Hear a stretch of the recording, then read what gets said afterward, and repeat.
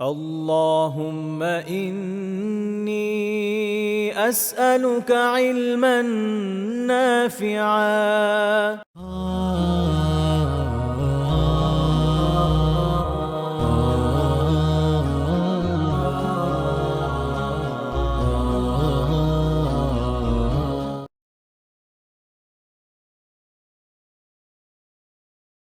الحمد لله رب العالمين والصلاة والسلام على سيد المرسلين وعلى آله وأصحابه أجمعين. أما بعد فأعوذ بالله من الشيطان الرجيم. بسم الله الرحمن الرحيم. واعلموا أن ما غنمتم من شيء فإن لله خمسه وللرسول ولذي القربى واليتامى والمساكين وابن السبيل إن كنتم آمنتم بالله وما أنزلنا على عبدنا إلى آخر الآية. আল্লাহ রব্বুল আলমিনের দরবারে আমরা অসংখ্য অগণিত শুকরিয়া আদায় করছি। আল্লাহ সুবহানাহু ওয়া তাআলা আমাদেরকে দিন শিখার, দিনী বিষয়াদিতে কথাবার্তা বলার আমাদেরকে আরেকটা সুযোগ দিয়েছেন, আলহামদুলিল্লাহ। আমাদের পক্ষ থেকে অসংখ্য অগণিত দুরূদ ও সালাম আমাদের প্রিয় নবী মুহাম্মদ, আমরা সবাই পড়ি সাল্লাল্লাহু আলাইহি ওয়াসাল্লাম, এবং তার সম্মানিত পরিবার পরিজন, তার সাহাবায়ে কেরাম এবং তাদের পথ ধরে যারা পথ চলে গেছেন, যারা পথ চলছেন, যারা পথ চলবেন সবার প্রতি। তো আমরা এই ক্লাসটাতে ঈমানের বিভিন্ন বিষয়াদি নিয়ে কথা আলহামদুলিল্লাহ আমরা শুরু করছি। আজকে আমাদের ৭ বা ৮ নাম্বার পর্ব সম্ভবত। তো আমরা ঈমানের শাখা সংক্রান্ত বিষয় নিয়ে আমরা কথা বলছিলাম। সর্বশেষ আমরা কয় নাম্বার শাখায় গিয়ে আমরা থেমেছিলাম? কারো মনে আছে কিনা? ২৭ নাম্বার মুরাবাতা বা ইসলামী দেশের পাহারাদারি এটা শেষ করছিলাম আমরা। আচ্ছা, আচ্ছা। তাহলে আমরা ঈমানের ২৭ নাম্বার উপশাখা শেষ করেছিলাম, যে আল্লাহর পথে পাহারা দেওয়া। একজন মানুষ যারা আল্লাহর পথে পাহারা দিচ্ছেন তারা ঈমানের একটা শাখা পূর্ণ করছেন। তো কেউ যদি ঈমানের একেবারে শতভাগ পূর্ণতা চান, তো ঈমানের প্রত্যেকটা শাখা নিজের মধ্যে বলবৎ করতে চান, তাহলে আল্লাহ সুবহানাহু ওয়া তাআলার রাস্তায় পাহারাদারি করা, দ্বীনের পাহারাদারি করা, এটার সাথে সময় ব্যয় করার চেষ্টা করা। এখন হচ্ছে দ্বীনের পাহারাদারিটা আমি কিভাবে করব? বিভিন্ন পদ্ধতিতে আছে। বিভিন্ন ইসলামিক প্রতিষ্ঠান যেগুলো আছে, এই সকল ইসলামিক প্রতিষ্ঠানের পাহারাদারি করা যায়, অথবা দ্বীনের স্বার্থে রাষ্ট্রের পাহারাদারি করা যায়, অথবা সহজ কথা হচ্ছে ইসলাম রিলেটেড কোনো কিছুর পাহারাদারি করা, এবং সেখানে আমার নিয়ত থাকবে যে এটা আমি একমাত্র ফর দ্য সেক অফ আল্লাহ সুবহানাহু ওয়া তাআলা, আমি আল্লাহ তাআলার দ্বীনের পাহারাদারি করার জন্যই মূলত এই কাজটা করতেছি। এটা যখন আমরা করব, এটাকে দ্বীনের পথে পাহারাদারি বুঝাবে। যাই হোক, তো এটা ব্যাপারে আমরা গত সপ্তাহে আলোচনা করেছি আশা করি। ঈমানের এর পরবর্তী শাখা ২৮ নাম্বার শাখা হচ্ছে শত্রুর সাথে আমরা যখন মোকাবেলা করতে যাব, তখন আমাদের দৃঢ়তা নিজের মধ্যে বিদ্যমান থাকা। ঠিক আছে?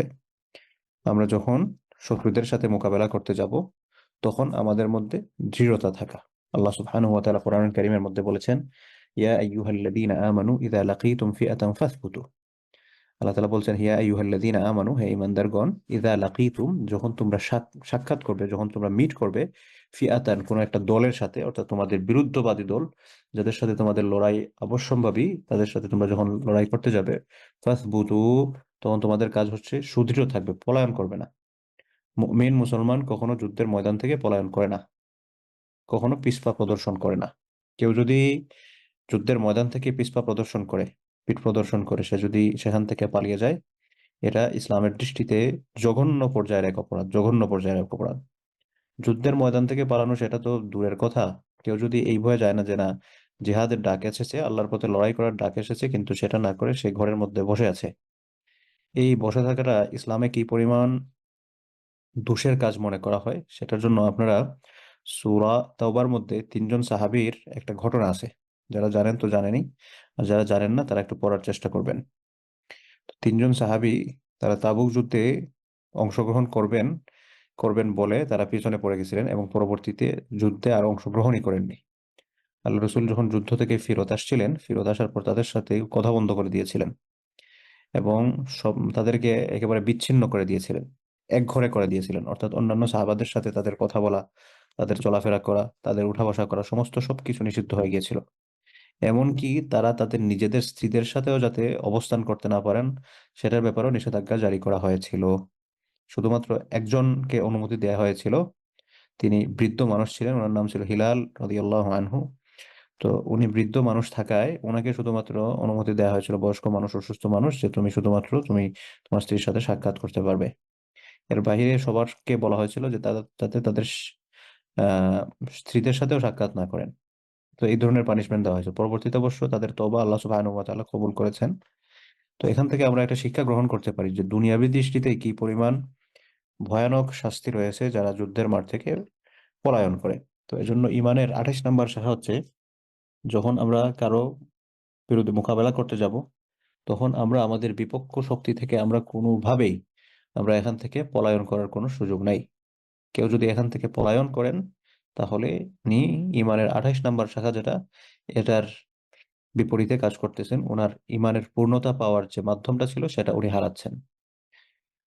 তো আল্লাহ সুবহানাহু ওয়া তাআলা আরেকটা আয়াতের মধ্যে বলেছেন, ইয়া আইয়ুহাল্লাযীনা আমানু, হে ঈমানদারগণ, ইযা লাকীতুমুল্লাযীনা কাফারু, যারা কাফের তাদের সাথে যখন তোমাদের সাক্ষাৎ করবে যুদ্ধের ময়দানে, এমত অবস্থায় ফালা তুওয়াল্লুহুমুল আদবার, এখান থেকে তোমরা কখনোই পিছপা ফিরে আসবে না, পেছন ফিরে আসবে না, এখান থেকে পালিয়ে যাবে না।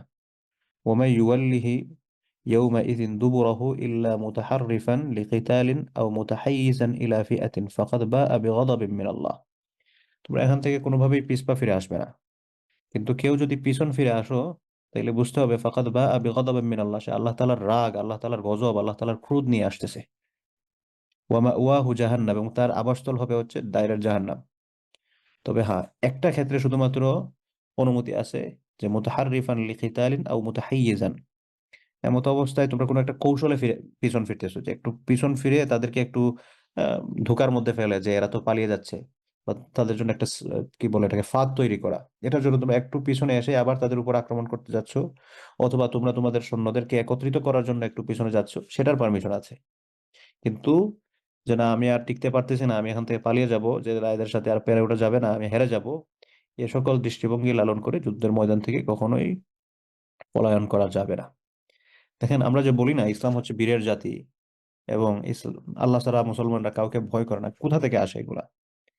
এই যে কনসেপ্টটা যখন আপনি লালন করবেন, আপনি যখন বলবেন যে না, আমি কখনোই এখান থেকে পিছপা হব না, আমি এখান থেকে দূরে সরে যাব না, এই কথাটা বলার পর যদি নিজের মধ্যে আপনি ধারণ করেন যে না, আমি যুদ্ধের ময়দান থেকে পিছপা হটবো না, তার মানে আপনি মৃত্যুকে ভয় পাচ্ছেন না। আর যখন আপনি মৃত্যুকে ভয় পাবেন না, তখন আপনি একাগ্র চিত্তে এক মনে আল্লাহর প্রতি লড়াই করাটা আপনার জন্য সহজ হয়ে যাবে।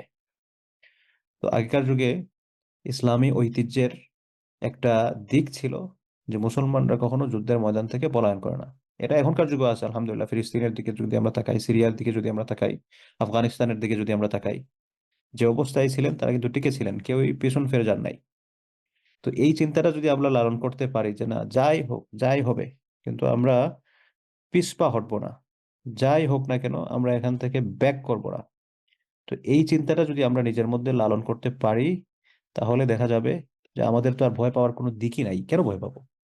আমি যদি আমার মৃত্যুকে আলিঙ্গন করে ফেলি, গত সপ্তাহে আমরা আপনাদেরকে বলছিলাম যে তারিক ইবনে জিয়াদ, উনি যখন লড়াই করতে গিয়েছিলেন ইউরোপে, তখন উনি ওনার ফেরার যে জাহাজগুলো ছিল এগুলো ধ্বংস করে দিয়েছিলেন, এবং তার সৈন্যবাহিনীদেরকে বলছিলেন যে দেখো, পেছনে হচ্ছে সাগর আর সামনে হচ্ছে শত্রু বাহিনী, কোন দিকে যাবা? সামনে গেলে শত্রুর, পেছনে গেলে পানি। এখন পানিতে মরার চেয়ে তো শত্রুর সাথে মোকাবেলা করে মরা ভালো, আর পেছনে তো ফিরে যাওয়ার কোনো জায়গা নাই। তো তাদের মধ্যে এই স্পিরিটটা খুব কাজ করেছিল, এবং তারা বিজয় এনেছিলেন। তো আমাদের যে মুসলমানরা অজেয় থাকার যে দৃশ্যপট যেগুলো বা প্রেক্ষাপট যেগুলো, এই প্রেক্ষাপটগুলো হচ্ছে এই আয়াতগুলো। তো আল্লাহ তাআলা বলেছেন যে ফালা তুওয়াল্লুহুমুল আদবার, তোমরা পৃষ্ঠ প্রদর্শন করবে না। আর যদি কেউ করে ফাকাদ বাআ বিগাদাবিন মিনাল্লাহ, সে আল্লাহ তাআলার গজব, আল্লাহ তাআলার ক্রোধ, আল্লাহ তাআলার রাগ সাথে করে নিয়ে আসলো। ওয়া মাওয়াহু জাহান্নাম, এবং তার জায়গা হবে জাহান্নাম। ওয়া বিসাল মাসির, এবং জায়গা হিসেবে জাহান্নাম কতই না নিকৃষ্ট। তবে একটা দিক দিয়ে শুধুমাত্র পিছপা প্রদর্শন করা যেতে পারে, সেটা কি? সেটা হচ্ছে মুতাহাররিফান লিকিতাল আও মুতাহাইয়িজান, সবাইকে একত্রিত করা অথবা তাদেরকে একটা ফাঁদের মধ্যে ফেলা, এই চিন্তায়। আদারওয়াইজ হবে না। এরপর আল্লাহ সুবহানাহু ওয়া তাআলা আরেকটা আয়াতে বলছেন, ইয়া আইয়ুহান নাবিয়্যু হাররিদিল মুমিনিনা আলাল কিতাল, হে নবী, আপনি মুমিনদেরকে আল্লাহর রাস্তায় সংগ্রাম করার ব্যাপারে উদ্বুদ্ধ করুন।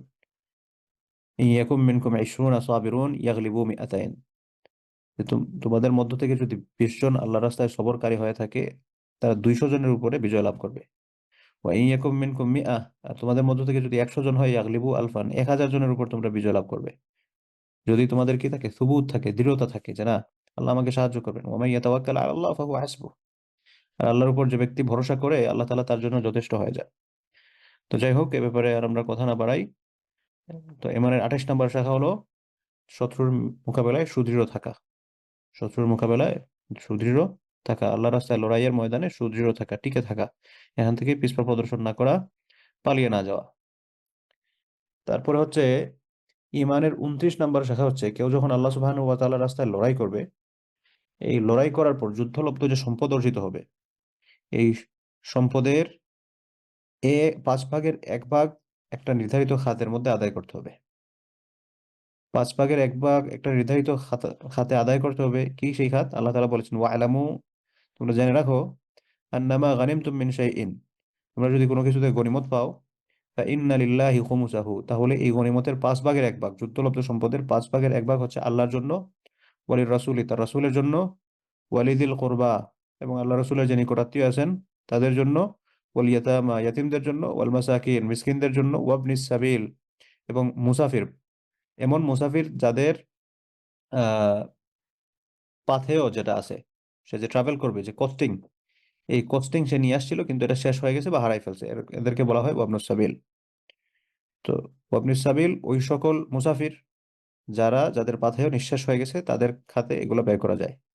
তাহলে এই 5/1 গনিমতের 5/1 এটা আমরা নির্ধারিত খাতে আদায় করার বিশ্বাস রাখতে হবে এবং করতে হবে।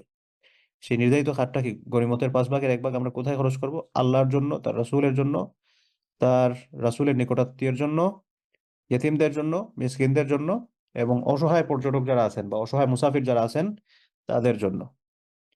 তো এটা হচ্ছে ইমানের 29 নম্বর শাখা। এখন বলবেন, আল্লাহ রসুলকে কেন গনিমত দিতে হবে বা তার ফ্যামিলিকে কেন গনিমত দিতে হবে? এটার কারণ হচ্ছে যে রাসূলুল্লাহ সাল্লাল্লাহু আলাইহি ওয়াসাল্লাম এবং তার ফ্যামিলি, তাদের যে প্রয়োজন আছে, তাদের মধ্যে তো সবাই যে মনে করেন খুব বেশি অর্থনৈতিকভাবে সমৃদ্ধ হবেন, বিষয়টা তো এরকম নয়। তো যারা অর্থনৈতিকভাবে সমৃদ্ধ আছেন তারা তো সমৃদ্ধ আছেন, আর যারা অর্থনৈতিকভাবে সমৃদ্ধ নয় তাদেরকে দিতে হবে। কেন দিতে হবে? কারণ তাদের জন্য জাকাত খাওয়া বৈধ নয়। আমরা জাকাত ফকির মিসকিন এদেরকে আমরা দিতে পারি, কোনো সমস্যা নাই, কিন্তু জাকাতটা রাসূল সাল্লাল্লাহু আলাইহি ওয়াসাল্লামের পরিবারের বা তার বংশের কাউকে জাকাত দেওয়া যাবে না, এটা হারাম, তারা খেতে পারবেন না। এখন দেখা গেল যে তারা যেহেতু জাকাত খেতে পারছেন না, এখন তাদের মধ্যে দরিদ্র যারা, তারা কিভাবে জীবনযাপন করবেন? তো এই যারা জীবনযাপন কিভাবে করবেন, এটার উত্তর হচ্ছে ওই তাদেরকে গনিমতের 5/1 দিতে হবে। এরপর আরেকটা আয়াতে আল্লাহ সুবহানাহু ওয়া তাআলা বলছেন, ওয়ামা কানা লিনাবিয়্যিন আইয়াগুল, আল্লাহ তাআলা বলছেন যে এই গনিমতের কোনো কাজ কোনো নবী এটা গোপন করবেন না, এটা তাদের কাজ নয়। কিন্তু কেউ যদি গোপন করে, এটা নবীদেরকে উদ্দেশ্য করে সকল মানুষদেরকে বলা হচ্ছে আর কি, ওয়ামান ইয়াগলুল ইয়াতি বিমা গাল্লা ইয়াউমাল কিয়ামা, কেউ যদি কোনো কিছু গোপন করে গনিমতের মাল থেকে বা কোনো কিছু আত্মসাৎ করে, তো ওয়ামান ইয়াগলুল, যে ব্যক্তি আত্মসাৎ করবে, ইয়াতি বিমা গাল্লা ইয়াউমাল কিয়ামা, এই আত্মসাৎকৃত বস্তুটা সে কিয়ামতের দিন নিয়ে উঠবে, এবং মানুষজন তারা দেখেই বুঝতে পারবে এই এটা তো সে আত্মসাৎ করছিল, এজন্য এটা নিয়ে এসে ঘুরতেছে। তো এই জন্য কারো কাছে কোনো কিছু আমানত রাখা হলে বা এমনিতেই কেউ একটা সুযোগ পাইলো এখান থেকে সে আত্মসাৎ করলো, তো কোনো কিছু যদি সে আত্মসাৎ করে অন্যায় ভাবে, তাহলে কিয়ামতের ময়দানে সে ওই আত্মসাৎকৃত বস্তুটা নিয়ে সে উঠবে। আপনার দেখা গেল পাওয়ার আছে, আপনি এই পাওয়ারটা খাটিয়ে আপনি ইয়াতিমের সম্পদ আত্মসাৎ করলেন, আপনি মিসকিনের সম্পদ আত্মসাৎ, দুর্বলের সম্পদ আত্মসাৎ করলেন, হ্যাঁ, আপনার কাছে পলিটিক্যাল পাওয়ার আছে, আরেকজনের জমিকে দখল করে ফেললেন, আপনার কাছে টাকা পয়সার পাওয়ার আছে, আপনি আরেকজনকে কষ্ট দিলেন। অর্থাৎ যেভাবেই হোক, আপনি যখন কোনো কিছু আত্মসাৎ করবেন, এই আত্মসাৎকৃত জিনিসটা নিয়ে কিয়ামতের ময়দানে আপনাকে উঠতে হবে।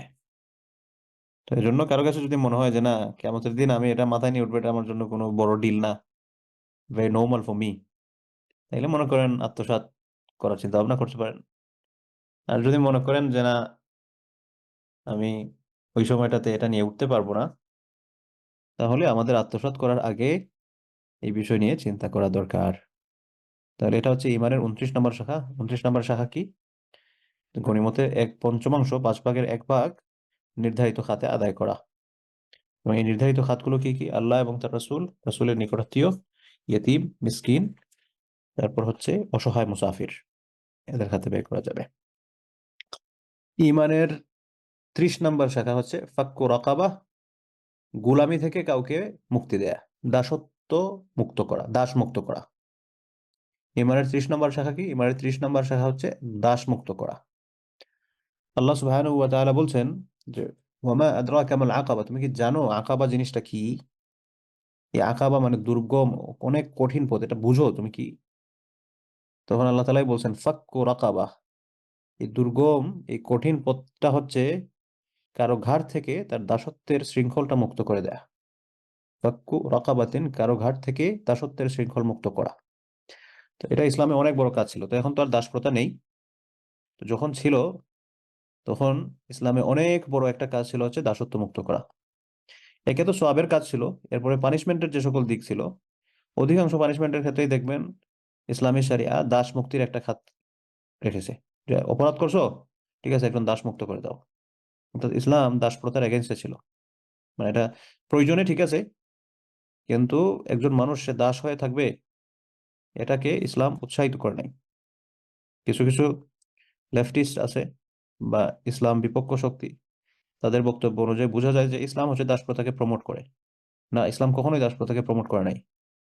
বরং অন্যান্য ধর্মে তো সে ব্যাপারে খুব একটা কিছু নাই। ইসলামই হচ্ছে প্রথম যেখানে দাসের হকের কথা এবং দাসদের মুক্তি করার ফজিলতের কথা বলা হয়েছে।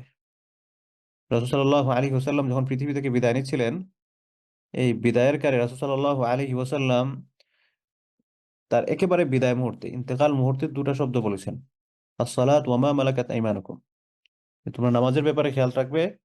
অর্থাৎ একবার লাস্ট ওসিয়ত, এই লাস্ট ওসিয়ত ছিল যে তোমরা নামাজের ব্যাপারে খেয়াল রাখবে। এবং 2 নাম্বার ছিল হচ্ছে তোমরা তোমার অধীনস্থ যারা আছে তাদের অধিকার, তোমার অধীনস্থ বলে ওমা মালাকাত, যাদের তোমরা মালিকানা অর্জন করছো, অর্থাৎ তোমাদের দাস যারা আছে তাদের অধিকারের ব্যাপারে তোমরা সতর্ক থাকবে। তাহলে দেখা গেল আল্লাহ রসুল একেবারে মারা যাওয়ার সময় এই দুইটাকে গুরুত্ব দিয়ে গেছেন। আর এরপরেও তো ইসলামের অনেক আদেশের ক্ষেত্রে দাসদের হকের কথা, যত জায়গায় আত্মীয় স্বজনের হকের কথা এসেছে, অধিকাংশ জায়গায় দেখা গেছে যে কৃতদাসদের হক, দাসদের হক, এগুলা যাতে রক্ষা করা হয় বলা হয়েছে। তো আল্লাহ সুবহানাহু ওয়া তাআলা দাসদের অধিকারের ব্যাপারে আমাদেরকে দিক নির্দেশনা দিয়েছেন। এবং ইমানের 30 নম্বর শাখা হচ্ছে কেউ যদি দাস মুক্ত করে তার ইমানের পূর্ণতা পাবে। রাসূল সাল্লাল্লাহু আলাইহি ওয়াসাল্লাম বলেন, মান আতাকা রাকাবাতান, কেউ যদি কোনো একটা দাস মুক্ত করে, হাদিস বুখারী মুসলিমের, আতাকাল্লাহু বিকুল্লি উদওয়িন মিনহা ওয়া উদওয়ান মিন আ'দাইহি মিনান নার হাত্তা ফারজাহু বিফারজিহি, একজন মানুষ কোনো একজন কৃতদাসকে যদি মুক্ত করে দেয়, তাহলে ওই কৃতদাসের প্রত্যেকটা অঙ্গের বিনিময়ে, যে ব্যক্তি মুক্তি করে দিছে ওই ব্যক্তির প্রত্যেকটা অঙ্গ জাহান্নাম থেকে মুক্ত পাবে। তো দেখা গেলো আমি একজন দাস মুক্ত করলাম, তার হাতের বিনিময়ে আমার হাত জাহান্নামের আগুন থেকে মুক্তি পাবে, তার পায়ের বিনিময়ে আমার পা, তার চোখের বিনিময়ে আমার চোখ, তার কানের বিনিময়ে আমার চোখ, তার লজ্জাস্থানের বিনিময়ে আমার লজ্জাস্থান, হাত্তা ফারজাহু বিফারজি, এমনকি তার লজ্জাস্থানের বিনিময়ে আমাদের লজ্জাস্থান, এরকম বোঝানো হচ্ছে আর কি। তো কেউ যদি একজন দাস মুক্ত করে দেন, ওই দাসের প্রত্যেকটা অর্গানের এগেইনস্টে আমাদের প্রত্যেকটা অর্গান জাহান্নামের আগুন থেকে মুক্তি পাবে। তো যেহেতু দাসপ্রথা নাই, এ ব্যাপারে আর খুব বেশি কথা না বললাম, একটা আয়াত একটা হাদিস আপনাদেরকে বললাম আর কি। ইমানের 31 নম্বর শাখা হচ্ছে কাফফারা আদায় করা, আদাউল কাফফারা। কাফফারা কি? কাফফারা হচ্ছে পেনাল্টি। কোন একজন মানুষ কোন একটা অপরাধ করছেন, এই অপরাধের বিনিময়ে একটা, আপনি যে অপরাধ করছেন এই অপরাধের বিনিময়ে আপনাকে এখন এটার পেনাল্টি বহন করতে হবে। এখন এটার পেনাল্টি কি? এটার পেনাল্টি বিভিন্ন ধরনের, বিভিন্ন কিছু হয়ে থাকে। যেমন মনে করেন একজন মানুষ, সে হচ্ছে রোজা ভঙ্গ করছে, রোজা ভঙ্গ করার পানিশমেন্ট কি? রোজা ভঙ্গ করার পানিশমেন্ট হচ্ছে গোলাম আজাদ করা। কারণ গোলাম আজাদ প্রথা তো নাই, 2 মাস লাগাতার রোজা রাখবে, লাগাতার 2 মাস, মাঝখানে বাদ দেওয়া যাবে না। কেউ যদি অসুস্থ হয়ে পড়েন সেটা ভিন্ন বিষয়। এখন কেউ যদি দেখা যায় 2 মাস রোজা রাখতে অক্ষম, সে অক্ষম, ডাক্তার বলছে সে রাখলে মরে যাবে বা অঙ্গহানি হবে, এরকম মারাত্মক অসুস্থ হয়ে যাবে, তাহলে এমত অবস্থায় সে 60 জন মিসকিনকে খাওয়াতে পারে। তো এরকম আর কি, এক একজনের এক একটা পেনাল্টির পদ্ধতি রয়েছে। তো যার যে পেনাল্টির পদ্ধতি, যে মানে যে আদেশের অমান্যটা করছে আর কি, সেই সেটার উপর নির্ভর করবে সে কি শাস্তি পাচ্ছে।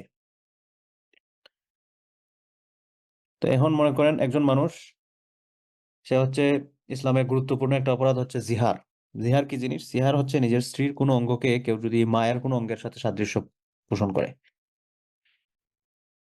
কোন স্ত্রীর এমনিতে বলছে যে তোমার হাত তো দেখতে আমার মায়ের হাতের আঙ্গুলের মতো লাগে দেখতে, মানে একটা সিমিলারিটি করছে, এটা সমস্যা না বাস্তবেই।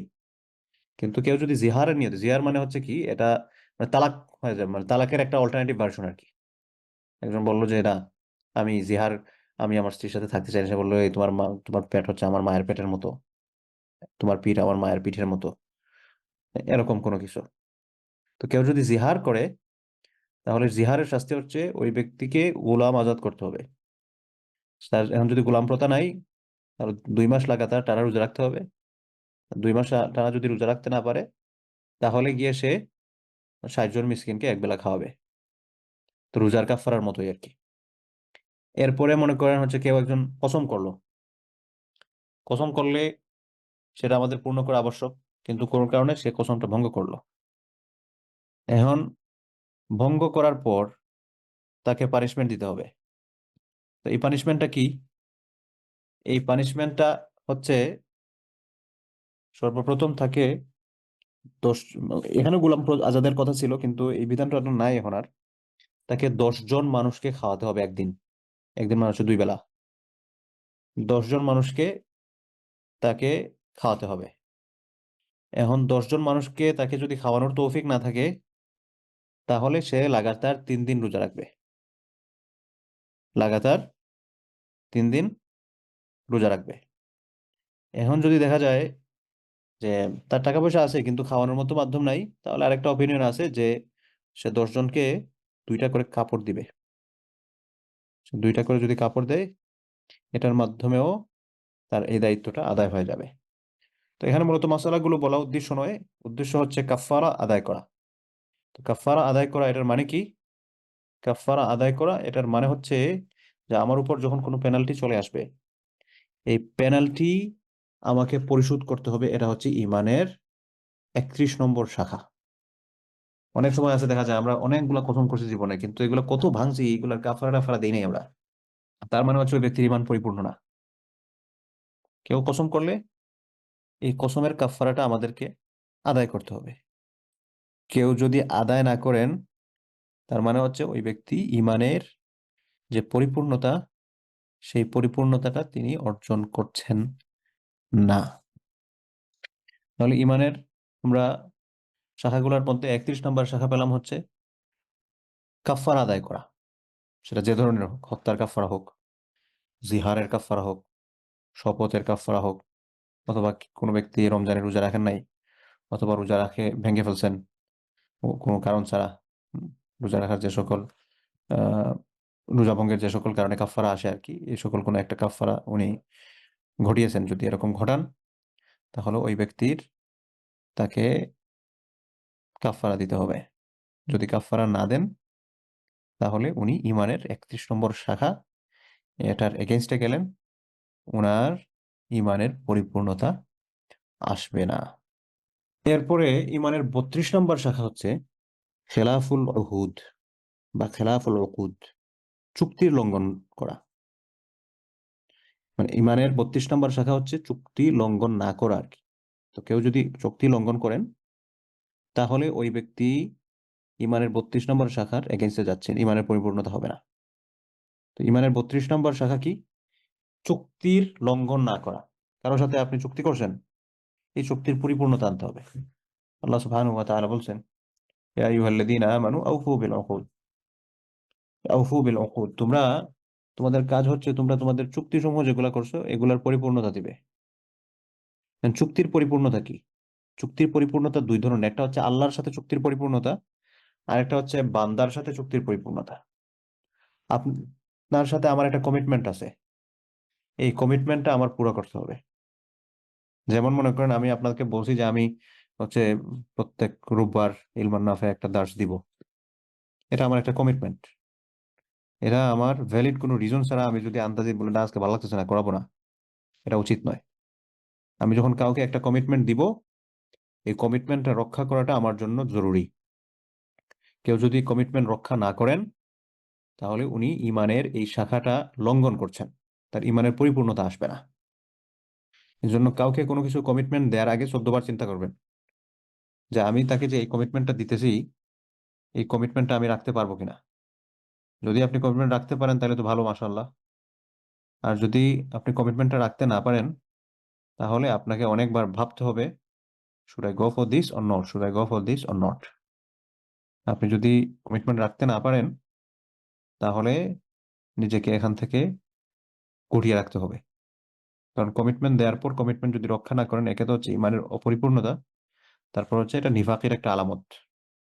এজন্য সেটা যত থেকে ছোট কাউকে আপনি কমিটমেন্ট দিবেন, এটা পরিপূর্ণ করতে হবে, একেবারে ছোট থেকে ছোট হোক না কেন। এবং ইমানদারদের আরেকটা আবশ্যকীয় গুণ হচ্ছে ইউফুনা বিন নাযর, তারা তাদের মানত পূর্ণ করবে। কেউ একটা চুক্তি করছে, কেউ একটা প্রমিস করছে, এটা পূর্ণতা দিবে। আল্লাহ তাআলা বলছেন আরেকটা আয়াতে, ওয়া আউফু বিআহদিল্লাহ, তোমরা আল্লাহর সাথে যে প্রতিজ্ঞা করছো, যে চুক্তিবদ্ধ করছো, যে অঙ্গীকার করেছো, এটা পরিপূর্ণ করো। ইদা আহাদতুম, যখন তোমরা প্রতিজ্ঞা করছো, প্রতিজ্ঞাটা পরিপূর্ণ করা লাগবে। তো বলছিলাম যে আল্লাহর সাথে প্রতিজ্ঞা একটা, বান্দার সাথে প্রতিজ্ঞা একটা। তো আল্লাহর সাথে প্রতিজ্ঞা কি? আল্লাহর সাথে প্রতিজ্ঞা হচ্ছে তাকে আমরা রব মেনে তার সাথে চুক্তি করে আসছি। আমাদের সকলের রূহ জগৎ, আমাদের যত রূহ আছে পৃথিবীর সৃষ্টির শুরু থেকে নিয়ে একেবারে পৃথিবী ধ্বংস হওয়া পর্যন্ত, এই পুরা সময়টার মধ্যে সকল গোড়ার রূহকে আল্লাহ তাআলা একসাথে করছিলেন। একসাথে করে আল্লাহ সুবহানাহু ওয়া তাআলা তাদের কাছ থেকে একটা ওয়াদা নিয়েছিলেন। তাদেরকে জিজ্ঞেস করেছিলেন, আলাস্তু বিরাব্বিকুম, আমি কি তোমাদের প্রভু নয়? তখন তারা সবাই একসাথে বলেছিল, কালু, তারা বলছিল, বালা শাহিদনা, অবশ্যই আপনি আমাদের প্রভু, আমরা একথার সাক্ষী দিচ্ছি। তো আল্লাহ তাআলাকে আমরা রব হিসেবে, আমরা মালিক হিসেবে, আমরা মাবুদ হিসেবে আমরা চুক্তি করে আসছি।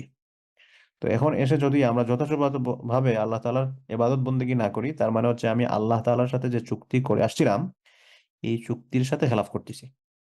এটা তো একটা চুক্তি। 2 নাম্বার চুক্তি হচ্ছে আমরা হচ্ছে একটা বিকৃত পণ্য। বিকৃত বলতে ক রিকার না, কিন্তু কয় রফলা কথা বলতেছি, মানে আমরা, আমাদেরকে বিক্রয় করা হয়ে গেছে।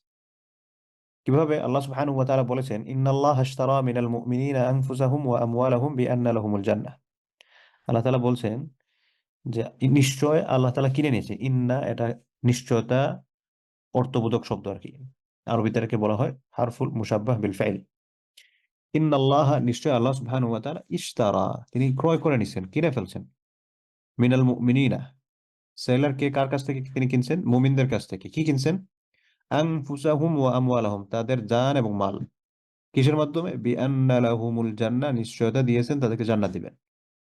তো আমরা তো আল্লাহ তাআলার সাথে আরেকটা চুক্তি করছি যে আমাদের জানমাল আমরা আল্লাহর কাছে বিক্রি করে দিছি জান্নাতের বিনিময়ে। এখন আমার জান এবং মাল এটা আমার নয়, এটা আল্লাহ। আমি হচ্ছে এটার জাস্ট একটা রক্ষণাবেক্ষণকারী, ঠিকাদার বলতে পারেন। তো এই রক্ষণাবেক্ষণের ক্ষেত্রে আমি আল্লাহর সাথে যে প্রতিজ্ঞাবদ্ধ হয়েছি যে এটা তো আমার প্রোডাক্ট না, এটা আল্লাহর প্রোডাক্ট। আল্লাহর সাথে আমি প্রতিজ্ঞা করছি আল্লাহর প্রোডাক্টটা আমি আল্লাহর মতো করে রাখবো, তিনি যেভাবে বলবেন। এখন যখনই আমি এটার এগেইনস্টে যাচ্ছি, তার মানে হচ্ছে আল্লাহর মালিকানাধীন সম্পদের মধ্যে আমি ইন্টারফেয়ার করছি, আমি এটার মিসইউজ করছি। আল্লাহর সাথে যে চুক্তিটা হয়েছিল, এই চুক্তির আমি লঙ্ঘন করতেছি। সাপোজ আপনার কাছ থেকে আমি একটা জিনিস কিনলাম, কিন্তু আপনার কাছে রেখে দিলাম, বললাম যে ঠিক আছে আমি এটা তোমার কাছ থেকে পরে নিব, তুমি এটা রাখো ঠিকঠাক মতো। কিন্তু আপনি এটা আমার মতো না রেখে আপনার মতো এটা মিসইউজ করতে লাগলেন, তাহলে বোঝা গেল কি চুক্তি লঙ্ঘন করতেছেন। ঠিক ওরকম ভাবে আল্লাহ সুবহানাহু ওয়া তাআলার কিনা সম্পদ আমাদের জান এবং মাল, তো আমাদের জান এবং মাল যখন আমি আল্লাহর মতো করে ব্যবহার করছি না, তার মানে হচ্ছে আমি আল্লাহর সাথে চুক্তির লঙ্ঘন করছি। এ কথাই আল্লাহ সুবহানাহু ওয়া তাআলা আমাদেরকে স্মরণ করিয়ে দিচ্ছেন, ওয়া আউফু বিল উকুদ ওয়া আউফু বিল আহদ ওয়া আউফু বিন নাদর, বা অনেকভাবে আল্লাহ তাআলা আমাদেরকে স্মরণ করিয়ে দিচ্ছেন তোমরা চুক্তিসমূহ পূর্ণ করো, প্রতিজ্ঞা পূর্ণ করো, মানত পূর্ণ করো, যেগুলো তুমি আল্লাহর সাথে করে আসছো, যেগুলো তুমি বান্দার সাথে করছো। রাসূলুল্লাহ সাল্লাল্লাহু আলাইহি ওয়াসাল্লাম একটা হাদিসের মধ্যে বলেন, লিকুল্লি গাদিরিন লিওয়াউন, যারা চুক্তি ভঙ্গ করে, ওয়াদা ভঙ্গ করে, প্রতিজ্ঞা ভঙ্গ করে, এদেরকে গাদির বলা হয়। লিকুল্লি গাদিরিন, এই প্রত্যেক চুক্তি ভঙ্গকারী বা ওয়াদা ভঙ্গকারীদের জন্য লিওয়া, একটা করে পতাকা থাকবে। লিওয়াউন শব্দের অর্থ পতাকা, এই টাইপের। ইয়াউমাল কিয়ামা, কিয়ামতের দিনে। ইউকালু হাদিহি গাদরাতু ফুলানিন, এবং এই পতাকার মধ্যে লেখা থাকবে, বা একটা ব্যানারের মতো মনে করেন, এটার মধ্যে লেখা থাকবে যে অমুক এই ব্যাপারে প্রতিজ্ঞা ভঙ্গ করছে। দেখা গেল আল্লাহ না করুক আপনি একটা প্রতিজ্ঞা ভঙ্গ করছেন এবং এটার যে একটা প্রায়শ্চিত্ত করা, এই প্রায়শ্চিত্ত আপনি করেন নাই। কিয়ামতের মধ্যে না আপনি পতাকা একটা নিয়ে ঘুরবেন, আর এই পতাকার মধ্যে লেখা থাকবে আপনি হচ্ছেন প্রতারক, এই ব্যাপারে আপনি প্রতিজ্ঞা ভঙ্গ করছেন। আল্লাহ হেফাজত করুন, বলে ইয়াজুবিল্লাহ, আল্লাহ মাফ করুন। তো যেটা আগে বলছিলাম যে আমাদের উপর আবশ্যক হচ্ছে কি, যে আমরা যখন কারো কাছে কোনো কমিটমেন্ট দিব, দেওয়ার আগে চিন্তা করে দেখবো যে পারবো কিনা। যদি দিয়ে ফেলি তাহলে এটা রক্ষা করার সর্বোচ্চ চেষ্টা করবো। হ্যাঁ, ইমার্জেন্সি কেস ভিন্ন কথা, ইমার্জেন্সি কেস সেটা ভিন্ন বিষয়। একটা হাদিস মনে পড়লো, আল্লাহ রসুল বলেছেন আরবাউন মান কুন্না ফীহি কানা মুনাফিকান খালিসান, যার মধ্যে চারটা বিষয় থাকবে হচ্ছে মুনাফিক খালিস, মানে একবারে পুরা মুনাফিক, পাক্কা মুনাফিক। ওমান কানাত ফীহি খাসলাতুন, আর কারোর মধ্যে যদি চারটা না থাকে, একটা আছে, কানাত ফীহি খাসলাতুন মিনান নিফাক, তখন বলতে হবে যে এই মানুষটা পুরা মুনাফিক না, কিন্তু তার মাঝে হচ্ছে মুনাফিকের একটা বৈশিষ্ট্য আছে, হাত্তা ইয়াদাআহা, যতক্ষণ পর্যন্ত না সে এটা ছেড়ে দেয়। তাহলে একজনের মধ্যে চারটায় আছে, তার মানে কি পাক্কা মুনাফিক। আর একজনের মধ্যে যে চারটা নাই, এক দুইটা আছে, তার মানে হচ্ছে এই অমুক মানুষ তো ভেজাল ঢুকে গেছে, রোগে আক্রান্ত হয়ে পড়ছে, রোগ থেকে বের করে নিয়ে আসতে হবে। হুম। তো আল্লাহ সাল্লাল্লাহু আলাইহি ওয়াসাল্লাম এই চারটা গুণের কথা বলছেন। তো এই চারটা বিষয় কি কি? ইদা হাদ্দাসা কাযাবা, যখন সে কথা বলবে তখন সে মিথ্যা বলবে।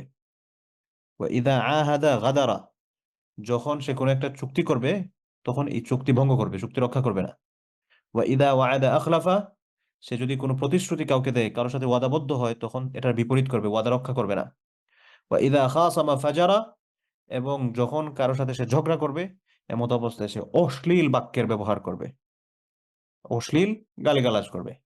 এখন কোনো মানুষ সে মিথ্যা বলে, সে প্রতিশ্রুতি রক্ষা করে না, সে ওয়াদার খেলাফ করে, সে গালাগালি করে, মারামারি লাগলে, এই চারটা জিনিসই যদি কারোর মধ্যে থাকে, সে মুনাফিক। মুনাফিক আমার কথা না, আল্লাহ রাসূল বলেছেন। আর যদি দেখা যায় এই চারটার মধ্যে কোনো একটা আছে, তাহলে বুঝতে হবে যে তার মধ্যে সে মুনাফিক পুরাপুরি হয় নাই, কিন্তু নেফাকি ঢুকে গেছে, তার মধ্যে মুনাফিকের বৈশিষ্ট্য বিদ্যমান আছে। হাদিসটা বুখারী মুসলিমের হাদিস। আল্লাহ হেফাজত করুন। এরপর আরেকটা হাদিস, রাসূলুল্লাহ সাল্লাল্লাহু আলাইহি ওয়াসাল্লাম বলেন যে আমাদেরকে প্রতিশ্রুতি পূর্ণ করা বা চুক্তির লঙ্ঘন না করা। ইন্না হাক্কা শারতি আন ইউওয়াফা বিহি মাস্তাহলালতুম বিহিল ফুরুজ, রাসূলুল্লাহ সাল্লাল্লাহু আলাইহি ওয়াসাল্লাম বলেন যে শর্তের মাধ্যমে তোমাদের জন্য তোমাদের স্ত্রীকে বৈধ করা হয়েছে, তাদের সাথে একান্ত মুহূর্ত, হাজব্যান্ড ওয়াইফের যে একান্ত মুহূর্ত স্পেন্ড করা, এটাকে বৈধ করা হয়েছে যে শর্তের মাধ্যমে। এই শর্তটা পূর্ণ করা আহাক্কু শর্ত, এটা হচ্ছে সর্বাধিক গুরুত্বপূর্ণ বা অগ্রাধিকারপূর্ণ একটা বিষয়, এটাকে যাতে রক্ষা করা হয়। এখন বলবেন কিসের মাধ্যমে এটাকে বৈধ করা হয়েছে? সহজ কথা হচ্ছে মোহরের মাধ্যমে। তো এজন্য মোহর পরিশোধ করা এটা অত্যন্ত আবশ্যকীয় বিষয়। কিন্তু দুঃখজনক হলেও সত্য, এটাকে নিয়ে আমরা একটা এমন একটা অবস্থা তৈরি করছি, কেউ মনে করে এটা হচ্ছে একটা সিকিউরিটি মানি, কেউ মনে করে এটা হচ্ছে একটা ইজ্জতের বিষয়, আর কেউ মনে করে এটা হচ্ছে খাতায় লেখার বিষয়, কোনো রকম মাফ চায় নিলেই হয়। অথচ কিয়ামতের ময়দানে এরকম অসংখ্য অগণিত পুরুষ উঠবেন, আল্লাহ রসুলের হাদিসকে সামনে রেখে আমরা বুঝতে পারি, যারা এই প্রতারকের ট্যাগ মাথায় নিয়ে ঘুরবেন, গলায় নিয়ে ঘুরবেন, সেখানের মধ্যে লেখা থাকবে যে মোহর প্রদান করা হয়নি, মোহর প্রদান করা হয়নি। রাসূলুল্লাহ সাল্লাল্লাহু আলাইহি ওয়াসাল্লাম বিয়ের ক্ষেত্রে বলেছেন ইয়া মা'শারাশ শাবাব, হে যুবকের দলেরা, মান ইসতাতাআ মিনকুমুল বাআতা ফালিয়াতাজাওয়াজ, যাদের ক্ষমতা আছে তোমরা বিয়ে করো। এই বিয়ের ক্ষমতা বলতে কি, একটা হচ্ছে ফাইনান্সিয়াল এবিলিটি, ফাইনান্সিয়াল এবিলিটির মধ্যে কি বিষয়গুলো অন্তর্ভুক্ত? মোহর প্রদানের ক্ষমতা, ভরণ পোষণ প্রদানের ক্ষমতা। কারো যদি মোহর প্রদানের ক্ষমতা না থাকে, ভরণ পোষণ প্রদানের ক্ষমতা না থাকে, তার জন্য বিয়ে করা জায়েজ নাই। তাহলে বলবেন যে তার চারিত্রিক বিষয়াদি জড়িত আছে, এখন কিভাবে সে নিজেকে হেফাজত করবে? সে রোজা রাখবে। আল্লাহ রাসূল বলেছেন ওয়ামান লাম ইয়াস্তাতি ফাআলাইহি বিসসাওম, যে এগুলোর ক্ষমতা নাই সে রোজা রাখবে। কিন্তু যদি বিয়ে করতে হয় তাহলে মোহর যেটা সাব্যস্ত হবে, মোহর দিতে হবে। কেউ যদি মোহর না দেন, এটাকে চলে বলে কলে কৌশলে মাফ চাওয়ান, এটা মাফ হবে না, এটা বান্দার হক, এটা আল্লাহ সুবহানাহু ওয়া তাআলাও ক্ষমা করবেন না। আপনি যে মোহর দিতে পারেন না, এত বড় মোহর লিখবেন তাহলে কেন? আর অনেক পিতামাতা আছেন বা অনেক মেয়েরা আছে যে না, এটা হচ্ছে সিকিউরিটি মানি। তো যে সম্পর্ক শুরু হওয়ার আগে আপনি ভাঙ্গার চিন্তা করতেছেন যে যদি ভেঙে যায় তাহলে কি হবে। তো একটা সম্পর্ক শুরু হওয়ার আগেই যদি ভাঙ্গার চিন্তা আগে সামনে চলে আসে, তাহলে এটার ভবিষ্যৎ কি? আর এটার তো একটা সুন্দর ভবিষ্যৎ হতে পারে না। এজন্য আমাদের তাওয়াক্কুল থাকতে হবে আল্লাহ তাআলার উপর। ভবিষ্যৎ কি হবে না হবে সেটা আল্লাহু আ'লাম। আপনার একটা আহ, সম্ভাবনা আপনি নিজের তৈরি করবেন যে আমি এটা পারবো কি পারবো না, পারবো কি পারবো না, সেটা ভিন্ন বিষয়। কিন্তু বেসিক তাওয়াক্কুলটা আল্লাহ সুবহানাহু ওয়া তাআলার উপর থাকতে হবে। বেসিক তাওয়াক্কুলটা আল্লাহ সুবহানাহু ওয়া তাআলার উপর রেখে আপনার বর্তমান যে স্ট্যাটাস আছে এই স্ট্যাটাস অনুযায়ী আপনার মহর সাব্যস্ত করবেন। 10 লাখ, 15 লাখ, 20 লাখ, আপনার যদি 10 লাখ দেওয়ার ক্ষমতা থাকে দেন 10 লাখ, 20 লাখ দেওয়ার ক্ষমতা আছে দেন 20 লাখ, 50 লাখ দেওয়ার ক্ষমতা আছে দেন 50 লাখ, কোনো সমস্যা নেই। কিন্তু আপনার দেওয়ার ক্ষমতা নাই 5 লাখ, এখানে লিখে রাখছেন 50 লাখ, এটার জন্য কিন্তু আল্লাহ তাআলার কাছে জবাবদিহি করতে হবে। এবং কিয়ামতের ময়দানে মোহর প্রদান করেন নাই মর্মে প্রতারক হিসেবে আপনি আপনার গলায় ট্যাগ লাগায় আখিরাতের ময়দানে উঠতে হবে। তো এভাবে যদি উঠতে চান তাহলে তো করতে পারেন, আর যদি উঠতে না চান তাহলে আপনার যতটুকু ক্ষমতা আছে অতটুকুর উপর মোহর লিখবেন এবং মোহর দিয়ে দিবেন। মোহর দিয়ে দিবেন। আপনার এই মুহূর্তে ফাইন্যান্সিয়াল সমস্যা, আপনি সময় নিচ্ছেন যে মোহর হচ্ছে 2 লাখ, আমি তোমাকে 2 মাসে পরিশোধ করে দেবো, কিস্তি ইনস্টলমেন্ট প্ল্যান দিয়ে দিচ্ছেন। আপনি যদি সত্যিকার অর্থে এভাবে দিয়ে দেওয়ার খেয়াল থাকে সেটার দিকে যেতে পারেন, দুই পক্ষ যদি সম্মতি থাকে। কিন্তু সেটা না লিখে যে না এটা তো কাগজে আছে, এখানে স্ত্রীরা বলবে আমার তো ক্ষমতা নাই, সারাদিন জ্ঞান জ্ঞান করলে মোহর কিভাবে দিব দিব দিব দিব, বেচারিও চিন্তা করলো কিরে ভাই বেচারা সংসারে আসছি, এখন সারাদিন এক কথাই বলে, যদি মাফ না করি কে, মানুষ কি বলবে বা অমুকি কি বলবে, ঠিক আছে মোহর দেওয়া লাগবে না, মাফ করে দিলাম। এই মোহর মাফের কিন্তু কোনো সিস্টেম নাই। এই মোহর মাফের কোনো সিস্টেম নাই। এজন্য এখানে যারা মুরব্বী পর্যায়ে আছেন, ছেলে মেয়ে বিয়ে করাবেন, বিয়ের ক্ষেত্রে মোহরকে নিজেদের সামর্থ্যের মধ্যে রাখবেন, যাতে মোহর দিতেও সমস্যা না হয়, মোহর নিতেও সমস্যা না হয়। আর মোহর ঠিক করার ক্ষেত্রে এটাকে সিকিউরিটি মানি ভাবার দরকার নেই। কেউ যদি এটাকে সিকিউরিটি মানি ভাবেন তাহলে তো আপনি তাওয়াক্কুলের বিরোধী কাজ করছেন। আপনি রিজিকের যে একটা বিশ্বাস, রিজিকের যে ইয়াকিনান বিশ্বাস, এটার এগেইনস্টে গিয়ে কাজ করছেন। আল্লাহ তাআলা আমাদেরকে হেফাজত করুন। যে হাদিসটা গিয়েছিলাম, আল্লাহ রাসূল সাল্লাল্লাহু আলাইহি ওয়াসাল্লাম বলেছেন যে ইন্না হাক্কাশ শারতি, সবচেয়ে গুরুত্বপূর্ণ বা অগ্রাধিকারপূর্ণ একটা শর্ত এটা পূরণ করতে হবে, যেটার মাধ্যমে ইউফা বিহি মাস্তাহলালতুম বিহিল ফুরুজ, যেটার মাধ্যমে পুরুষদের জন্য নারীদের একান্ত সঙ্গ, যেটার মাধ্যমে বৈধ করা হয়েছে, সেটাকে সবচেয়ে বেশি গুরুত্ব দিতে হবে। মুসলিমের হাদিস এটা, সহিহ মুসলিমের হাদিস। তো এটার ব্যাপারে আমরা যাতে খুব বেশি কনসার্ন থাকি। এরপরে হচ্ছে ইমানের 33তম শাখা, আর শুক্রু লিনিআমাতিল্লাহি সুবহানাহু ওয়া তাআলা, আল্লাহ সুবহানাহু ওয়া তাআলার অনুগ্রহের জন্য তার নিয়ামতের কৃতজ্ঞতা আদায় করা। ইমানের 33 নম্বর শাখা কি? আল্লাহ তাআলার নিয়ামতের কৃতজ্ঞতা আদায় করা। আল্লাহ সুবহানাহু ওয়া তাআলা বলছেন কুলিল হামদুলিল্লাহ, হে নবী আপনি বলে দিন আলহামদুলিল্লাহ, সমস্ত প্রশংসা আল্লাহ তাআলার জন্য। এখন আমি যদি আপনাদেরকে একটা প্রশ্ন করি যে আমাদের আল্লাহ সুবহানাহু ওয়া তাআলার প্রশংসাটা আদায় করতে হবে কেন? জাহিদ ভাই 1 মিনিটের জন্য একটা মাইক্রোফোনটা অন করে দেন তো। কেউ একজন বলেন তো যে আমি কেন আমি আল্লাহ তাআলার প্রশংসা আমাকে আদায় করতে হবে? ওয়াই? কেন আমি এই যে সবসময় আল্লাহর প্রশংসা আদায় করতে হবে কেন? কারণ কি? যে কোনো আনমিউট করে কথা বলতে পারেন। জি, লিমা খানম বলেন।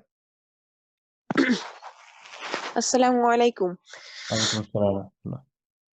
জি উস্তাদ, জি উস্তাদ, একটাই কারণ যে আমরা আসছি ইবাদতের করার জন্য, আর উনি একমাত্র রব। যেটা আপনি প্রথম ইমানের দার্সে বলেছিলেন যে শিরকটা আমরা শিরক থেকে আমরা বিরত হব কিসের জন্য, এতটুকুই আমি বুঝতে পারছি যে মূলত একমাত্র আমাদের পরিচয় যে আমরা ওনার একজন গোলাম বা দাস। এই জন্যই আমাদের ঠিক আছে কোনো রাসূল। আচ্ছা ঠিক আছে, বুঝতে কোনো পারছি, ঠিক আছে। বিষয়টার আচ্ছা, উপর। অন্য অন্য আরেকজন কেউ, অন্য আরেকজন কেউ, আমাতুল্লাহ মানসুরা। আসসালামু আলাইকুম। দাঁড়ান দাঁড়ান, আমি একজন একজন একটু, আমাতুল্লাহ মানসুরা বলেন। আসসালামু আলাইকুম রহমতুল্লাহি ওয়া বারাকাতুহু। ওয়ালাইকুম আসসালাম। আমাদের তা আদায় করা উচিত, কারণ তিনি হচ্ছেন আমাদের রব আর আমরা হচ্ছে তার বান্দা। আচ্ছা, আগেরটাই। এর বাইরে যদি কারো কাছে কিছু তাই থাকে, আমি একটু বলবো, আমার আসসালামু কাছে মনে হয় আলাইকুম। যে আল্লাহর শুকরিয়া আদায় করলে শুকরিয়া আল্লাহ আদায়কারীদের আমাদেরকে নিয়ামত বৃদ্ধি পায়, সেজন্য জি। বৃদ্ধি করে দিবে। আচ্ছা ঠিক আছে, ওকে, ঠিক আছে, আমি বলি এবার, মাইক্রোফোন গুলো অফ করে দেন প্লিজ। আল্লাহ তাআলা আমাদেরকে হিদায়াতের সৌভাগ্য দান। জি, মহান আল্লাহ তাআলা। আচ্ছা ঠিক আছে, ঠিক আছে, আপনার মাইক্রোফোন গুলো সবাই অফ রাখেন ইনশাআল্লাহ। দেখেন, আল্লাহ সুবহানাহু ওয়া তাআলার শুকরিয়া আদায় করব কেন, এগুলো তো অনেক কিছু আছে। ঠিক আছে, আল্লাহ তাআলা আমাদের রব, আমরা তার গোলাম হিসেবে আমরা তার শুকরিয়া আদায় করব। তার যদি আল্লাহ তাআলা বলছেন লাক ইন শাকারতুম লা আযীদান্নাকুম, তোমরা যদি আমার শুকরিয়া আদায় করো আমি বাড়িয়ে দিব, এগুলো তো ঠিক আছে রিজন। কিন্তু যৌক্তিক দৃষ্টিতে আমরা কেন তার শুকরিয়া আদায় করব? সবগুলাই যৌক্তিক, মানে আমরা যেটা সহজ কথা হচ্ছে গিভ অ্যান্ড টেকের যে একটা মামলা বুঝি আর কি। কিভাবে? আমি যদি বলি যে আমি আপনাকে 1 কোটি টাকা দিব, যে আমি আপনাকে 1 কোটি টাকা দিলাম, মনে করেন মুস্তাফিজ ভাইকে আমি 1 কোটি টাকা দিলাম, এটার এগেইনস্টে মুস্তাফিজ ভাই আমাকে কি বলবেন? এটলিস্ট তো বলবেন যে ধন্যবাদ আপনাকে, আপনাকে থ্যাংক ইউ ভাই, আপনি আমার 1 কোটি টাকা দিচ্ছেন, বা উনি আমাকে 1 কোটি টাকা দিচ্ছেন, আমি তার সাথে খুব বেশি থ্যাঙ্কফুল হব যে 1 কোটি টাকা আমার দিচ্ছে, আমার জীবনের মোড়টাই ঘুরাই দিছে। Right? তো আমি বললাম আমি আপনাকে 1 কোটি টাকা দিব, উনি তো খুশি বাকবাকুম, উনি আমার কৃতজ্ঞতা আদায় করতেছেন, শুকরিয়া আদায় করতেছেন। তাই আমি বললাম ভাই আমি আপনাকে 1 কোটি টাকা দিব, কিন্তু এর এগেইনস্টে আপনার কিডনি 2টা আমার দিয়ে দিতে হবে। তখন উনি কি আর রাজি থাকবেন? থাকবেন না। বললাম ঠিক আছে আমি আপনাকে 1 কোটি টাকা দিতেছি, আপনার চোখ 2টা আমার দিয়ে দিতে হবে। দিবেন? দিবেন না। আপনাকে আমি 2 কোটি টাকা দিতেছি, আপনার জিহ্বা আমারে দিয়ে দিবেন? দিবেন না। আপনাকে 1 কোটি টাকা দিতেছি, আপনার পা 2টা আমারে দিয়ে দিবেন? দিবেন না। আপনার হাত 2টা আমারে দিয়ে দিবেন? দিবেন না। তার মানে আল্লাহ তাআলা আমাকে 2 হাত দিছেন, 2 চোখ দিছেন, জিহ্বা দিছেন, নাক দিছেন, ব্রেন দিছেন, এত এত পরিমাণ অর্গান দিছেন। আমি যদি দুনিয়াবি টাকার দৃষ্টিতে এগুলা একটু চিন্তা করি, তাহলে আমার কাছে, আমার চিন্তা অনুযায়ী আমার কাছে এটা ভ্যালু। কিন্তু যেই মানুষের পয়সার কোনো অভাব নাই, কিন্তু সেটা নিড করে, তার লিভার ট্রান্সপ্লান্ট প্রয়োজন, তার হার্টের ট্রান্সপ্লান্ট প্রয়োজন, বা তার কিডনির ট্রান্সপ্লান্ট প্রয়োজন, তার কাছে দেখবেন যে তুমি ভাই আমার যত টাকা লাগে নেও, কিন্তু আমার এই জিনিসটা দাও। আল্লাহ তাআলা আমাকে এত এত নিয়ামত দিচ্ছেন, আমার খাওয়া, আমার পড়া, আমার সমস্ত সব কিছু তার কাছ থেকে আসছে। একজন মানুষ হিসেবে আমি যখন আপনাকে 1 কোটি টাকা দিতেছি, আপনি আমার প্রতি কৃতজ্ঞতায় বাকপাকম হয়ে যাচ্ছেন। রেস্টুরেন্টে একটা ওয়েটার আপনাকে এনে খাবার দিচ্ছে, আপনি তাকে এগেইনস্টে ধন্যবাদ দিচ্ছেন, 10 টাকা 20 টাকা বকশিশ দিচ্ছেন, সে আপনার প্রতি থ্যাংক ইউ বলছে।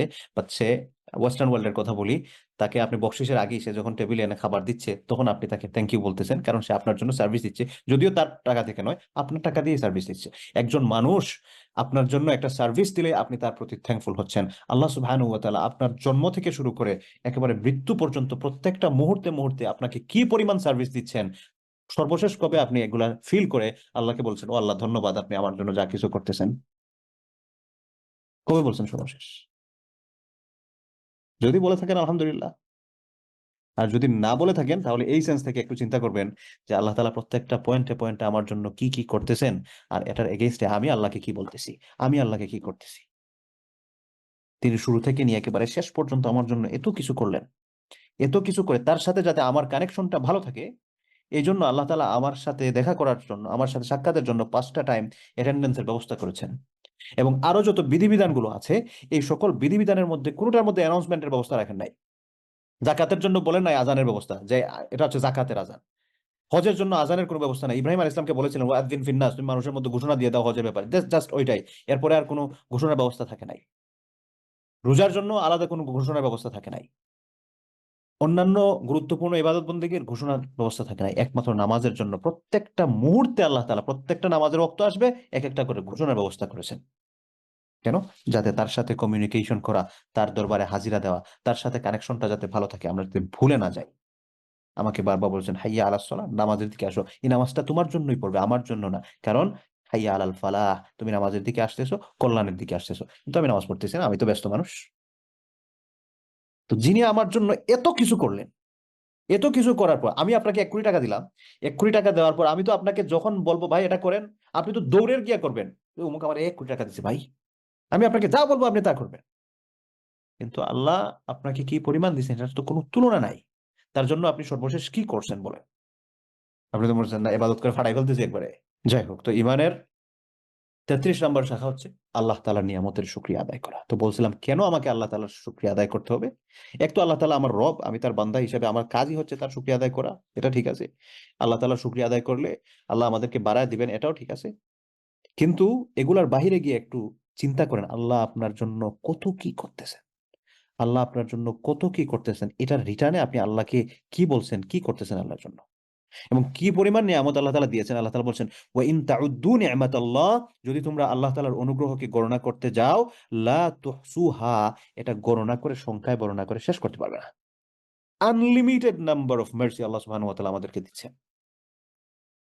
এবং আল্লাহ তাআলা সূরা কাহাফের শেষ আয়াতে বলেছেন পৃথিবীর সকল পানীয়কে কালি বানাও, সকল তরলতাকে কলম বানাও, আমার নিয়ামত লেখা শুরু করো, সকল কালিতে রূপান্তর হওয়া পানি, সারা পৃথিবীর পানি কালি বানিয়েও শেষ হয়ে যাবে, কালি শেষ হয়ে যাবে, তরুলতা সমস্ত সবকিছু শেষ হয়ে যাবে, আমার নিয়ামত বর্ণনা করে শেষ করতে পারবে না, কি পরিমাণ দিয়েছে।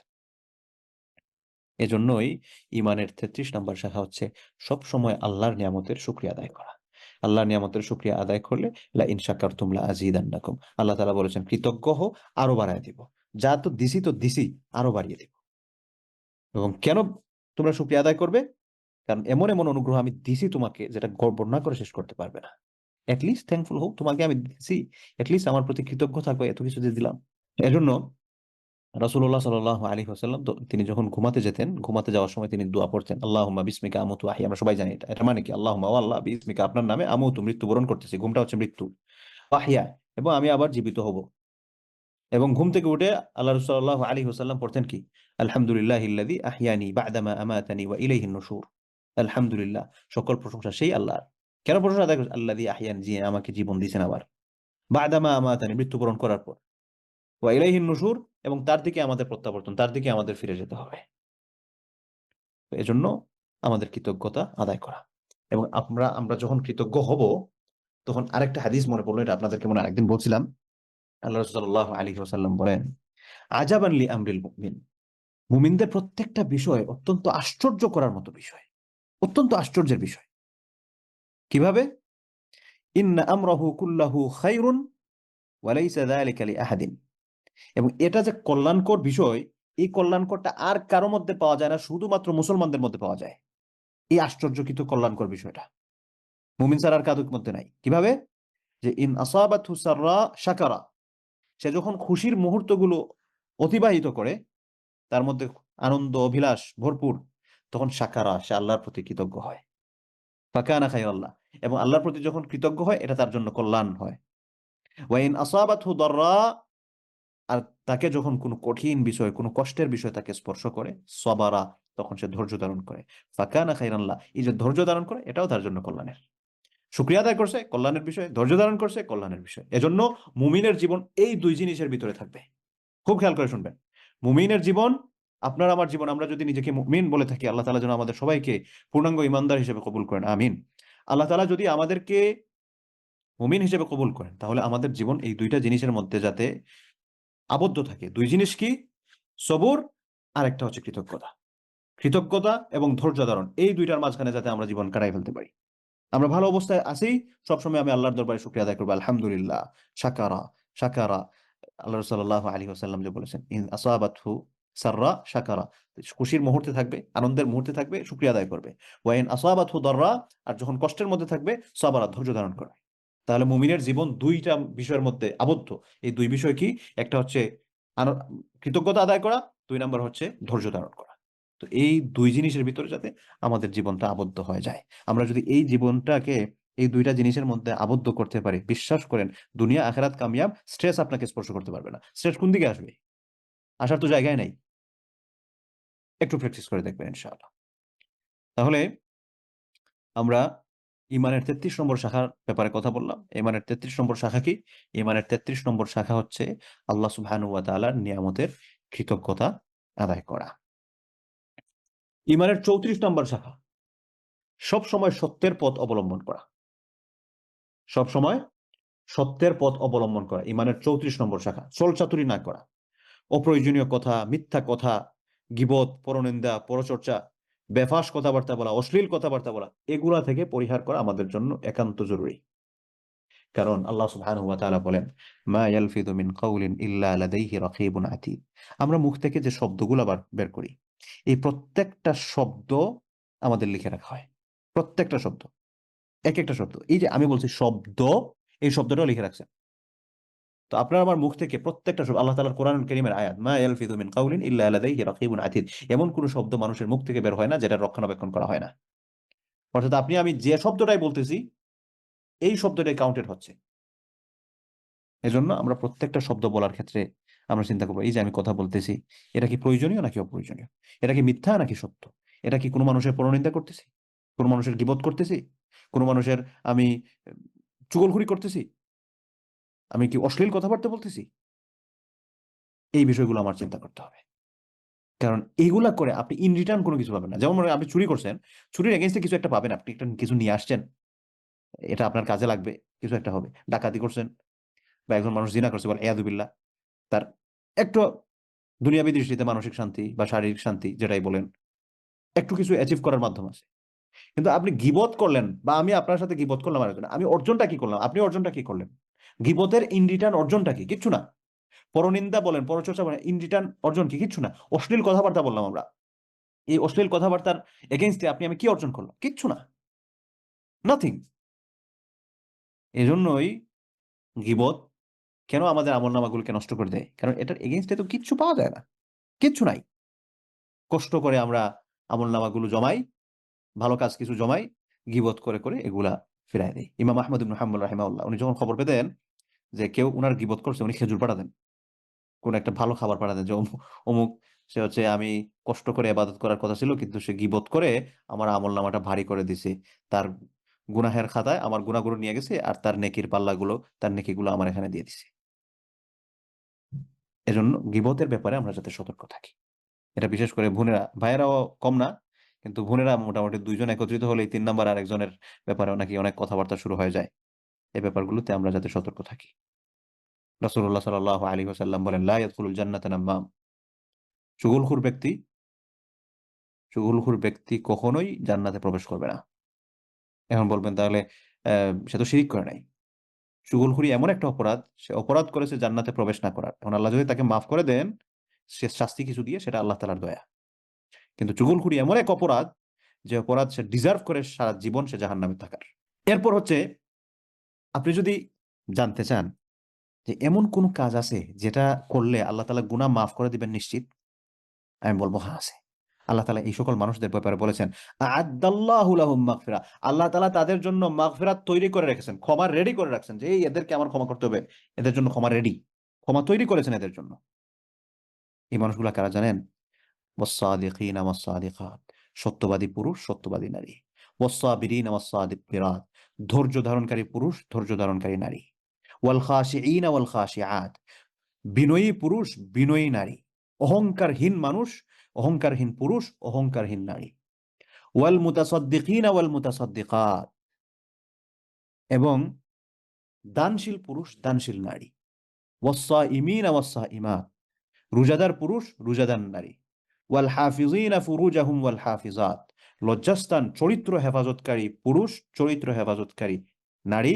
ওয়ায-যাকিরিনাল্লাহা কাসীরা, এবং যারা আল্লাহ সুবহানাহু ওয়া তাআলাকে অনেক বেশি স্মরণ করে পুরুষদের মধ্যে। ওয়ায-যাকিরাত, এবং মহিলা যারা আল্লাহ তাআলাকে বেশি স্মরণ করে। আ'আদ্দাল্লাহু লাহুম মাগফিরা, আল্লাহ তাআলা তাদের জন্য ক্ষমা প্রস্তুত করে রেখেছেন। ওয়া আজরান আযীমা, এবং প্রস্তুত করে রেখেছেন অনেক বড়, গ্রেট, বিশাল প্রতিদান। সুবহানাল্লাহ। আল্লাহ তাআলা এদের জন্য ক্ষমা রেডি করে রাখছেন, এদের জন্য ক্ষমা রেডি। এরা কারা? ১ নাম্বার হিসাব করেন, সাদিকিন আস-সাদিকাত, সত্যবাদী পুরুষ এবং নারী। ২ নাম্বার সাবিরিন ওয়াস-সাবিরাত, ধৈর্য ধারণকারী পুরুষ এবং ধৈর্য ধারণকারী নারী। ৩ নাম্বার ওয়াল খাশিঈনা ওয়াল খাশিআত, বিনয়ী পুরুষ, বিনয়ী নারী। অহংকার নেই এদের মধ্যে, বুক ফুলিয়ে চলে না। তারপর ৪ নাম্বার ওয়াল মুতাসাদ্দিকিনা ওয়াল মুতাসাদ্দিকাত, দানশীল পুরুষ, দানশীল নারী, বখিল না। ওয়াস-সাইমিনা ওয়াস-সাইমাত, রোজা রাখা পুরুষ, সিয়াম পালনকারী পুরুষ, সিয়াম পালনকারী নারী। ৫ নাম্বার ওয়াল হাফিজিনা ফুরুজাহুম ওয়াল হাফিজাত, এবং লজ্জাস্থান হেফাজতকারী, চরিত্র হেফাজতকারী পুরুষ এবং চরিত্র হেফাজতকারী নারী। এটা হলো ৬। ৭ নাম্বার হচ্ছে ওয়ায-যাকিরিনাল্লাহা কাসীরান ওয়ায-যাকিরাত, যারা বেশি বেশি আল্লাহ সুবহানাহু ওয়া তাআলাকে স্মরণ করে পুরুষ এবং নারীদের মধ্য থেকে, তাদের জন্য আল্লাহ সুবহানাহু ওয়া তাআলা আ'আদ্দাল্লাহু লাহুম মাগফিরা, আল্লাহ তাআলা তাদের জন্য ক্ষমাকে রেডি করে রাখছেন। ওয়া আজরান আযীমা, এবং তাদের জন্য রেখেছেন অনেক বড় পুরস্কার। সূরা আহজাবের ৩৫ নম্বর আয়াত এটা। তো আমরা ঈমানের যে শাখাটা নিয়ে কথা বলছিলাম, ঈমানের ৩৪ নম্বর শাখা হচ্ছে সত্য অবলম্বন করা। কথার মধ্যে আমাদের সিদক থাকবে, সত্যবাদিতা থাকবে, এবং এই সত্য কথাগুলো বলতে গিয়ে আমরা অপ্রয়োজনীয় কথা, মিথ্যা কথা, পরনিন্দা, পরচর্চা, অশ্লীল কথাবার্তা, এগুলো আমরা পরহেজ করব। এবং সত্যবাদিতা নিজের মধ্যে লালন করার জন্য আরেকটা জরুরি বিষয় হচ্ছে আল্লাহওয়ালাদের সহবত অর্জন করা। যারা সবসময় সত্য বলে, মিথ্যার ধার ধারে না, এই সকল মানুষদের, মিথ্যাবাদী মানুষদের সঙ্গ ত্যাগ করা। কারণ সঙ্গের অনেক বড় একটা প্রভাব রয়েছে আমাদের মধ্যে, অনেক বড় প্রভাব। এজন্য আল্লাহ রাসূল বলেছেন, আর রাজুলু আলা দীনি খালিলি, এটা তো অনেকদিন আপনাদের বলছি হাদিস এটা, যে মানুষ হচ্ছে তার বন্ধুর ধর্ম পালন করে, বন্ধুর মাধ্যমে প্রভাবান্বিত হয়ে যায়। সৎসঙ্গে স্বর্গবাস, অসৎ সঙ্গে সর্বনাশ, সঙ্গগুণে লোহা জলে বাসে। এই জন্য আল্লাহ সুবহানাহু ওয়া তাআলা বলেছেন, ইয়া আইয়ুহাল্লাযীনা আমানুত্তাকুল্লাহ, হে ঈমানদারগণ তোমরা আল্লাহকে ভয় করো, ওয়া কুনু মা'আস সাদিকিন, এবং সত্যবাদীদের সাথী হও, সত্যবাদীদের সাথী হও। এরপর আল্লাহ সুবহানাহু ওয়া তাআলা বলছেন, ওয়াল্লাযী জাআ বিস-সিদকি ওয়া সাদ্দাকা বিহি উলাইকা হুমুল মুত্তাকুন। মুত্তাকিদের পরিচয় বলতেছেন। মুত্তাকিদের অনেকগুলা পরিচয় আছে। মুত্তাকিদের পরিচয়গুলোর মধ্যে একটা পরিচয় হচ্ছে যে ওয়াল্লাযী জাআ বিস-সিদকি, যারা সত্য সহ হাজির হয়েছে, উপস্থিত হয়েছে, ওয়া সাদ্দাকা বিহি, এবং সত্য বলে মেনে নিছে, তারাই মুত্তাকি। রাসূল সাল্লাল্লাহু আলাইহি ওয়াসাল্লাম দিন নিয়ে আসছেন, এই দিনকে আমরা গ্রহণ করলাম এবং এই দিন আমরা পালন করলাম, মুত্তাকির পরিচয় বহন করলাম। রাসূলুল্লাহ সাল্লাল্লাহু আলাইহি ওয়াসাল্লাম বলেন, বুখারী মুসলিমের হাদিস, ইন্নাস সিদকা ইয়াহদি ইলাল বার, সত্য মানুষকে কল্যাণের পথ দেখায়। ওয়া ইন্নাল বিররা ইয়াহদি ইলাল জান্নাহ, এবং এই কল্যাণের পথ, নেকির পথ মানুষকে জান্নাতের দিকে নিয়ে যায়। ওয়া ইন্নার রাজুলা, এবং একজন মানুষ, লা ইয়াসদুকু, সে যখন সব সময় সত্য কথা বলে, সত্য কথা বলতে বলতে, হাত্তা ইয়াকতুবা ইনদাল্লাহি সিদ্দিকান, আল্লাহ তাআলা ওই ব্যক্তির নাম তার কাছে সত্যবাদী হিসেবে লিখে রাখেন, যে অমুক, এ অমুক কেডা, অমুক হচ্ছে এই সত্যবাদী। আমরা বলি না যে মনে করেন একজন মানুষ যে মুস্তাফিজ ভাই বা জাহিদ ভাই, জাহিদ ভাইকে ওই যে ইলমান নাফের জাহিদ ভাই, জাহিদ ভাই, কত জাহিদ ভাই আছেন, কত জাহিদ ভাই পরিচিত, কত মানুষের নাম জাহিদ আছে। এখন আমি বলি, জাহিদ কোন জাহিদ? ওই যে ইলমান নাফের জাহিদ ভাই। ও তাই, ইলমান নাফের জাহিদ ভাই। আল্লাহর কাছে একটা সময় এই মানুষগুলার পরিচয়টা এরকম হয়ে যায় যে অমুক জাহিদ, অমুক জাহিদ, কোন জাহিদ? ওই যে সিদ্দিকান, সত্যবাদী জাহিদ। সুবহানাল্লাহ। তো আপনি আল্লাহর কাছে সত্যবাদী পরিচয় পাচ্ছেন মানে কি?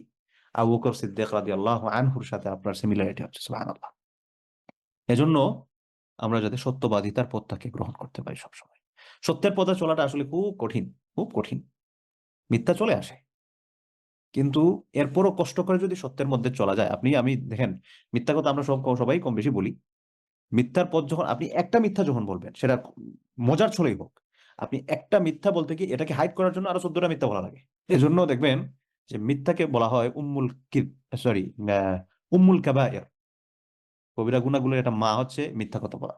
এজন্য মিথ্যা কখনোই আমাদেরকে কল্যাণের পথ নিয়ে যেতে পারে না। একজন সালাফ, ওনার নামটা আমি ভুলে গেছি, ওনার কাছে এক ব্যক্তি আসছিল, যে তওবা করবে, বলতেছে আমি গুনাহ ছাড়ার অনেক চেষ্টা করি, কিন্তু গুনাহ তো ছাড়তে পারি না।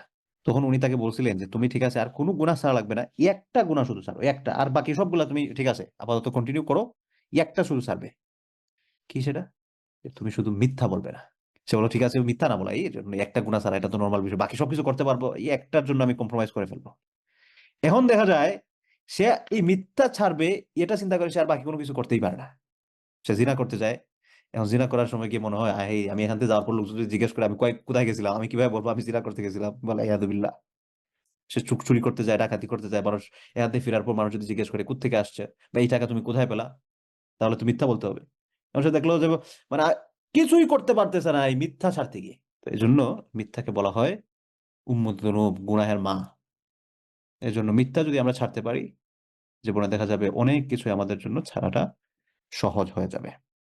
তাহলে আমরা আজকে ইমানের যে সকল শাখা নিয়ে কথা বললাম, যে মোটামুটি 1 ঘন্টা হয়ে গেছে, আমরা একটু শেষের দিকে চলে আসি। প্রথম আমরা শুরু করেছিলাম শত্রুর মোকাবেলায় আমরা দৃঢ় থাকতে হবে। এরপরে আমরা বলেছি হচ্ছে গনিমতের 5 ভাগের 1 ভাগ নির্ধারিত খাতে ব্যয় করতে হবে। এই নির্ধারিত খাতটা কি আশা করি মনে আছে, আল্লাহ এবং তার রাসূল, রাসূলের নিকটাত্মীয়, ইয়েতিম, মিসকিন এবং অসহায় মুসাফির। তারপর হচ্ছে দাসকে মুক্ত করা, যদি এই প্রথা এখন আর নাই। তারপর হচ্ছে কাফফারা আদায় করা, কারো প্রতি যদি কোনো কারণে কাফফারা চলে আসে তাহলে সেই কাফফারাটা আদায় করতে হবে। তারপর হচ্ছে চুক্তি রক্ষা করা, চুক্তির লঙ্ঘন না করা।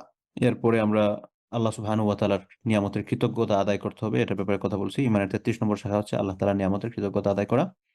34 নম্বর শাখা হচ্ছে সত্যের পথকে অবলম্বন করা, সব সময় সত্যের উপর টিকে থাকা। ঠিক আছে, তো আমরা আজকে 34 নম্বর পর্যন্ত আসলাম। আমরা ইনশাআল্লাহ পরবর্তীতে 35 নম্বর থেকে কথা কন্টিনিউ করব ইনশাআল্লাহ বিইذنিল্লাহ।